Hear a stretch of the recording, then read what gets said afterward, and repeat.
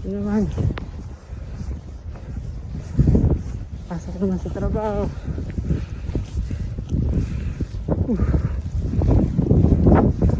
Nag-i-snow pa rin.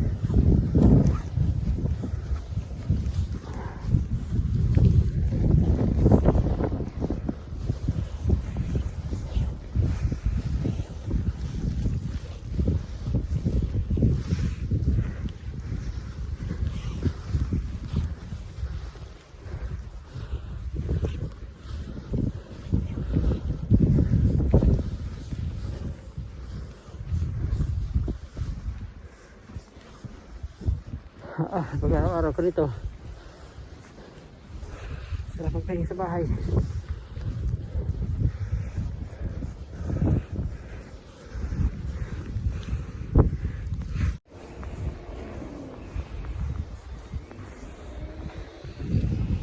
Nilalang ko mabuti minag pala.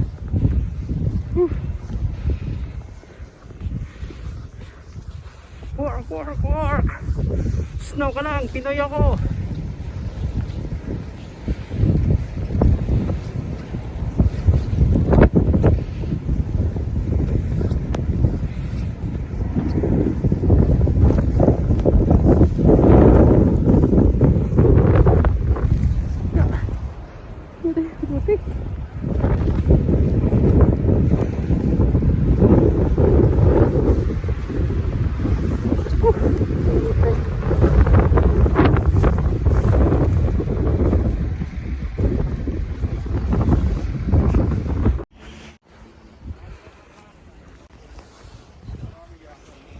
Sige pa rin ang buhos ng snow. Masyado na makapal.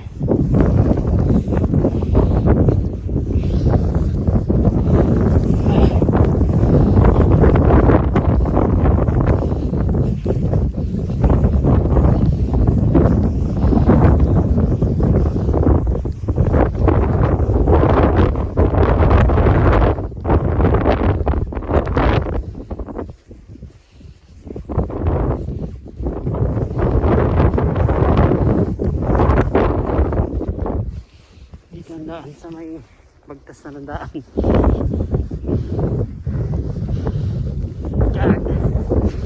Oh my goodness!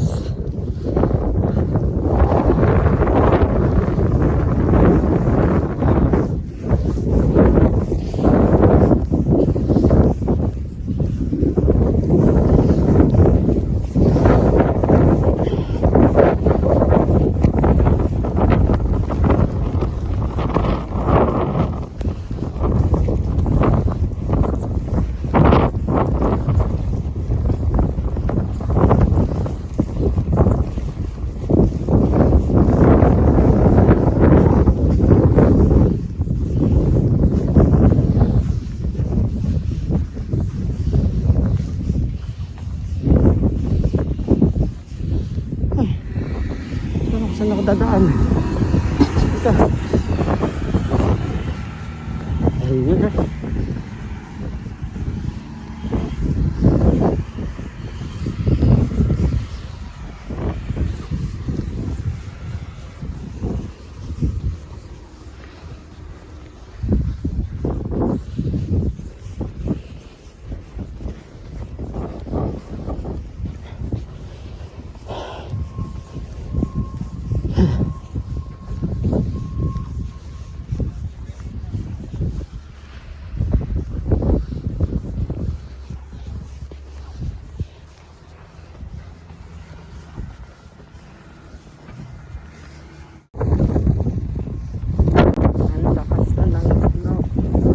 Snowstorm talaga.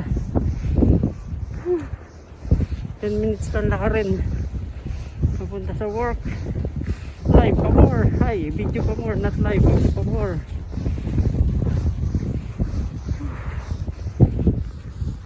Mabuti ng buong paligid.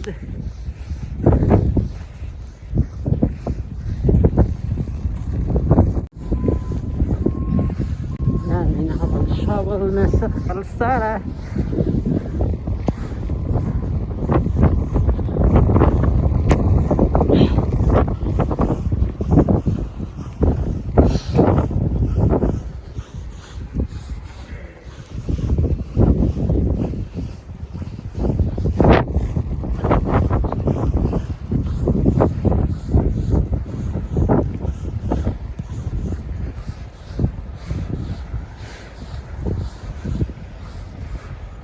yung pamilya.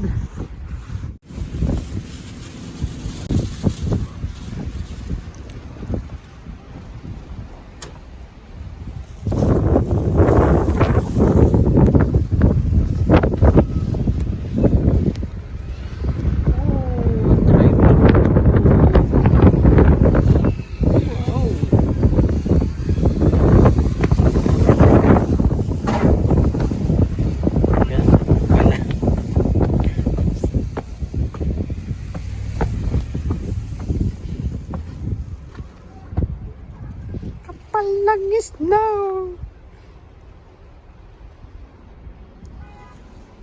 Right. Dito na tayo. See you again tomorrow. Yan na. Wala ng snow pero ang kapal ng yellow. Yay! Yung gagawin ko dito. Okay, time check, 10 PM. Nagbawas ng isang oras.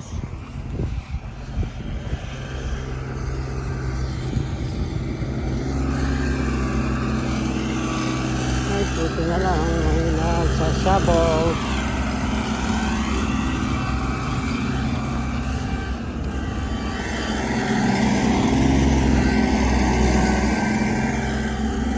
Madamang ako dito. Buti na lang, may nagsabol ng daan. Alright. Pero ang lamig-lamig.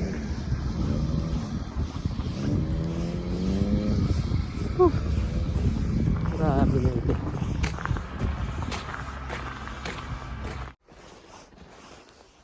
Yeah.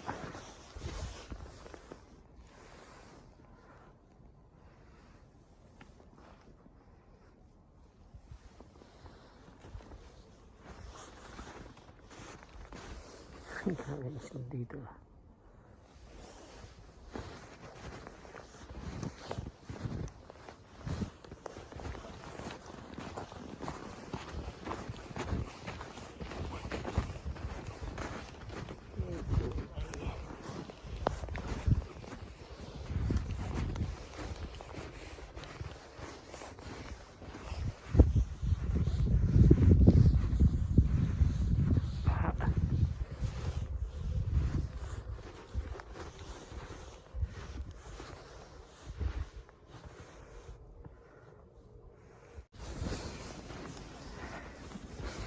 Pasok sa trabaho ay bibiro.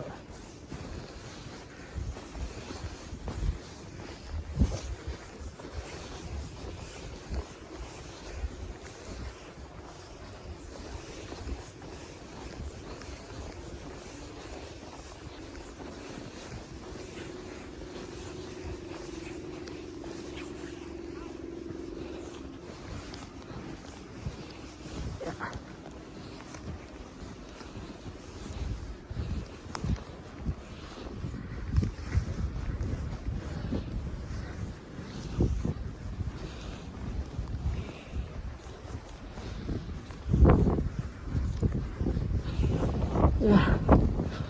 Pasok naman sa trabaho.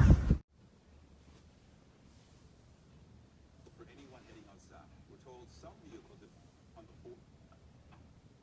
We have extensive number, and we begin with CTV's Austin.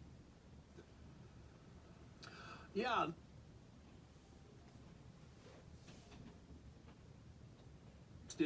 Took a look outside when I better get out there with my shovel and start getting this stuff off my car. Look at this. These are cars. Just how much snow has accumulated. How much is coming off the roof. Now once that falls, that has to be picked up off the ground here too. And this is how deep it is down here. There's just a lot of snow. The police are saying stay off the roads. It's just too dangerous. Cars lined up in snow-filled ditches, one after the other, and no immediate help on the way. It appears the drivers could not tell what was road and what was shoulder. Skid marks on the ice-coated sheets where the driver had lost control. The driver of this car getting stuck. Yeah, it's just too deep. I just need a place to back out. That's it. The plows have been out all night, seemingly fighting a losing battle. Police Chief James Raymer tweeting, Toronto is facing a serious weather event. Toronto Police and other first responders are doing their best to keep our city safe. You can help by staying off the roads unless absolutely necessary and only using 911 in an emergency and imminent threat to life or property. I'm stuck. I'm trying to move. A shock to the system for anyone not used to a Canadian winter, especially one that brings this much snow in one go. I'm from India. This is my probably first winter. I bought this car. This is my first, I can say, snowstorm. Cars were pulling over in the underpass just to clean up iced up windshields. Have you been in a low visibility situation? I have in the past, yeah, but this is pretty bad. I wouldn't get out, but I gotta check my mom out, make sure she's 86, she lives on her own. Even big, heavy TTC buses were getting stuck. These ones on York Mills Road just east of Yonge Street. Brett could not get up the hill to his driveway, so he pulled over on Queen Street just for a moment, so he thought. Within 5 minutes came by and the snowplow had already put me in, so he buried me in. I think I got a couple minutes work here. The snow just kept falling, and it was difficult to get ahead of it. How was this week for you? Pretty brutal. This is my 4th time out today. I came out once at 5 a.m. I have a lot of elderly people in my building, so I need to make sure they're not falling. Just a couple minutes ago, a lady fell over here. She's okay though. Sidewalks far too deep to walk on, people stayed on the streets using the car tracks, if there were any. Impossible to walk your small pets on them. Any hilly road instantly became a tobogganing hill. We were supposed to be in Mexico this week. That didn't happen. Then we were supposed to go up to a cottage up north today. That's not going to happen. It's a day to improvise, says Tavia. I'm skiing down my street. Never done this. Crazy, eh? I love it. I love it because I don't have to drive right now. Woohoo! Yeah, woohoo, if you don't have to drive, that's a good thing. The streets of the neighborhoods are eerily quiet right now. The CA is saying it's getting about 500 calls an hour. Police again saying if you don't have to go anywhere, don't. Stay home today.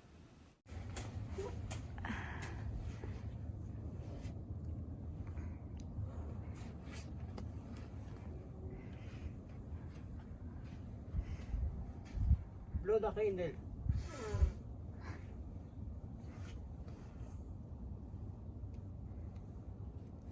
Tama na, malamig na. Hanggang lang.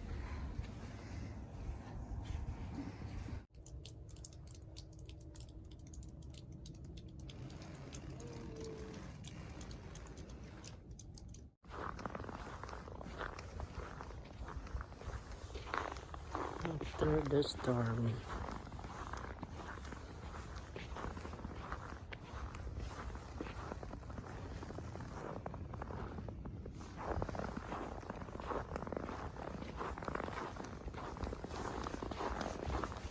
Ito na, pagkatapos ng bagyo, after the storm. Lamig naman.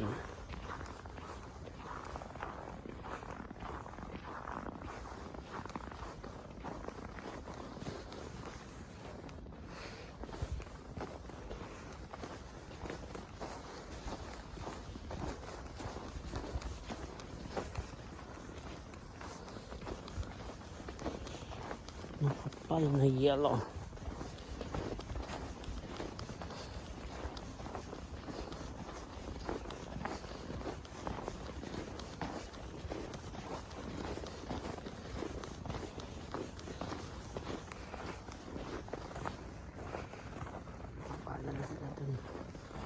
Dito walang nagpapala.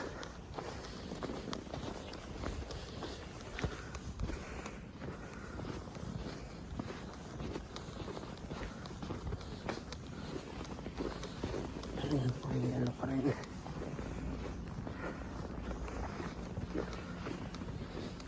Lamig natin sa isang araw.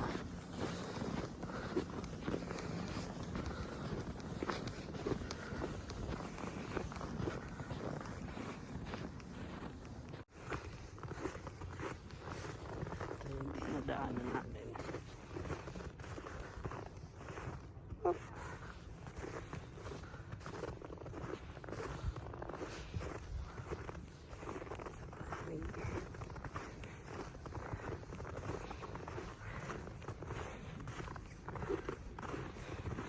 farm, SLAMS, Toronto. Ito yung malamig.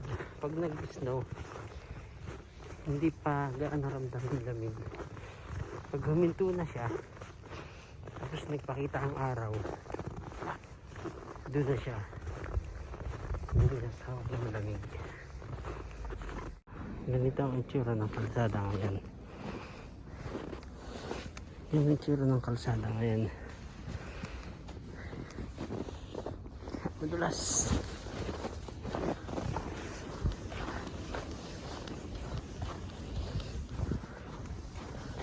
Grabe. Hop.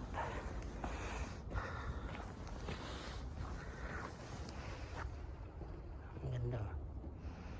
Ang yelong naniga sa taas.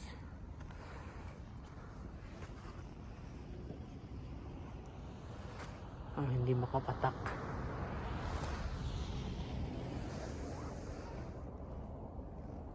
Hindi makapatak.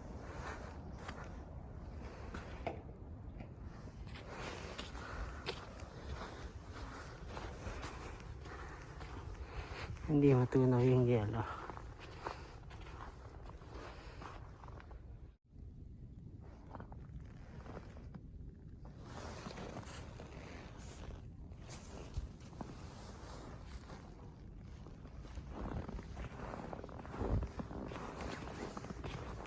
Grabe, uy, ang lamig, uy.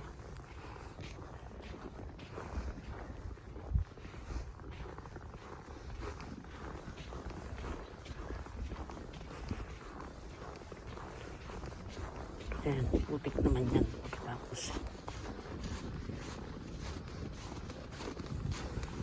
ang tanong, kailan malilinis ang kalsada?